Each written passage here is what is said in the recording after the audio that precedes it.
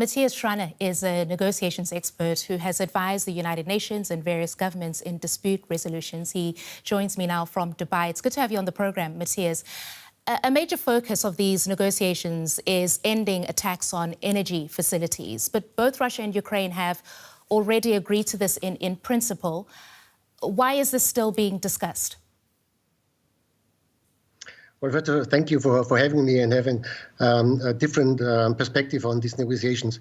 Well, actions speak louder than words, and what we hear from all parties is everyone showed a lot of willingness to reach an agreement and to end this war. But from an action perspective, the war is going on. And talking about this ceasefire for this energy infrastructure, from my perspective, it's they get distracted from the real target here. And they should focus on the real target, which is ending the war. Matthias, the Ukrainian delegation is led by the defense minister, while the Russian side is represented by lower-ranking diplomats. What, if anything, does this say about the approach to these talks by both sides? Well, it says a lot. If you send these low-level negotiation partners to the negotiation table, then we know they don't want to reach an agreement.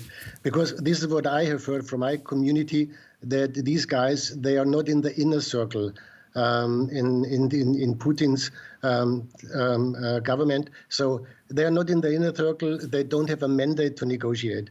I think Steve Witkoff from America, he has a mandate because he earns the trust from President Trump. So I expect not a lot from this negotiation because, as you said, these guys are low-level negotiators without a mandate to reach an agreement. The positions of Russia and Ukraine are so far apart, right? Because these are enemies. From what you've observed, has the U.S., have negotiators from the U.S., Steve Witkoff you just mentioned, have they been able to actually narrow these rifts and make an agreement more likely?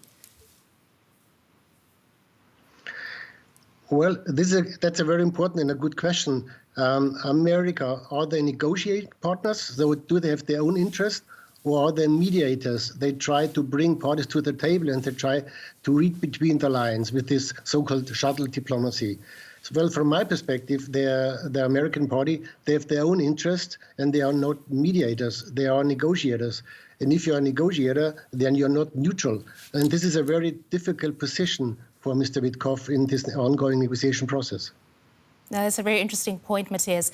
You mentioned shuttle diplomacy. The U.S. mediation teams in Riyadh, they say they're essentially going back and forth between the Russian and Ukrainian delegations. Why this shuttle diplomacy? Why not just have all parties at one table? Well, that's a good question, and I agree. It doesn't make sense at this time because shuttle diplomacy. Usually you use shuttle diplomacy before you start a formal negotiation, because you try to read between the lines, you try to find common ground, you try to find the so-called zone of possible agreement. So what could be possible? So you test the other side. What could be an option for an agreement? From a negotiation perspective, it's definitely too late for shuttle diplomacy because we know everything. So all the cards are on the table. We know all the necessary information. So from a negotiation perspective, there is no need for shuttle diplomacy because if you start a formal negotiation, which is visible right now, so we see the negotiation going on, then it's better to negotiate in the same room to reach an agreement. All right. That is the negotiations expert, Matthias Schranner. Thanks so much for sharing your insights with us here on DW, Matthias. Okay, thank you so much. Thank you.